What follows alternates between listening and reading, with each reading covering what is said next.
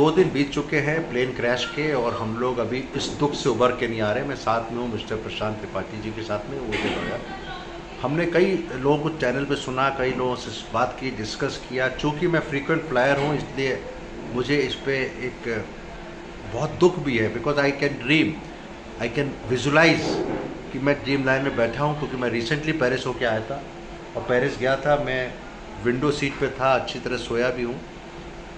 और ऐसे मेरी विजिट थी कि मैं रात को 4:30 बजे फ्लाइट पकड़ी और 1 बजे पेरिस पहुंचा और 4 बजे लेक्चर लिया, 3 बजे। और लौटते से उसके बाद लग्जमबर्ग गया, 2 दिन वहाँ पे, फिर लग्जमबर्ग गया, उसके सुबह से रात को, और यहाँ पे लौटा हूँ।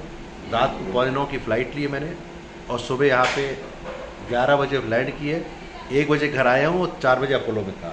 तो this was a very fast hurried visit of Dreamliner and the plane was fantastic, there was no problem except that हमारे ग्लिचेस कम हैं, ठीक है। उसमें मेंटेनेंस उतना अच्छा नहीं है कि टीवी नहीं चल रहा है, कुछ ही वो रिमोट कंट्रोल नहीं काम कर रहा है। अगर रिमोट कंट्रोल और टीवी और इसमें काम नहीं कर रहे हैं, डज नॉट मीन कि आपका इंजन भी ख़राब है। देखिए हमारी गाड़ी हम लोग मेंटेन रखते हैं, अंदर का सिस्टम नहीं रखते हैं। तो कई लोगों ने एक वीडियो आ रहे हैं जिसमें दिखा रहा है ये नहीं काम कर रहा, ये नहीं काम कर रहा, but that does not mean कि इंजन ठीक नहीं है। इंजन तो फिट था। सारी बातें सुनी हैं, बड़ा दुख है, लेकिन मैंने कहना चाहूँगा कि मुझे साथ में ये भी बोलना चाहते हैं कि all flyers should keep their faith in the flying system and they should not be discouraged. आप ये कहना चाह रहे थे ना? नहीं, मैं तो ये कहना चाह रहा था कि आपको फ्लाइंग ना करें ये ऑप्शन नहीं है आज के किसी भी जनता जो काम कर रही है, जो भी प्रोफेशनल है। तो अगर फ्लाई ना करना ऑप्शन नहीं है तो आपको फ्लाई तो करना है। इसीलिए क्योंकि एक ऐसा इंसिडेंट हुआ है जो सालों साल में एक बार हुआ है, तो हमारे लिए मुझे लगता है कि ये कॉन्फिडेंस पा पाना कि हम दोबारा फ्लाई कर सकें बिना डरे, बिना कुछ करे, तो एक जांच और इसका जो भी रीज़न था वो जनता के सामने फेयरली रखना बहुत इंपॉर्टेंट पहलू बन। मैं बताना चाह रहा था कि लोग बहुत इस हाँ 1 ही मिनट का समय है। ड्रीम लाइनर जो जहाज़ है ये one of the best Boeing का है। Boeing is American company.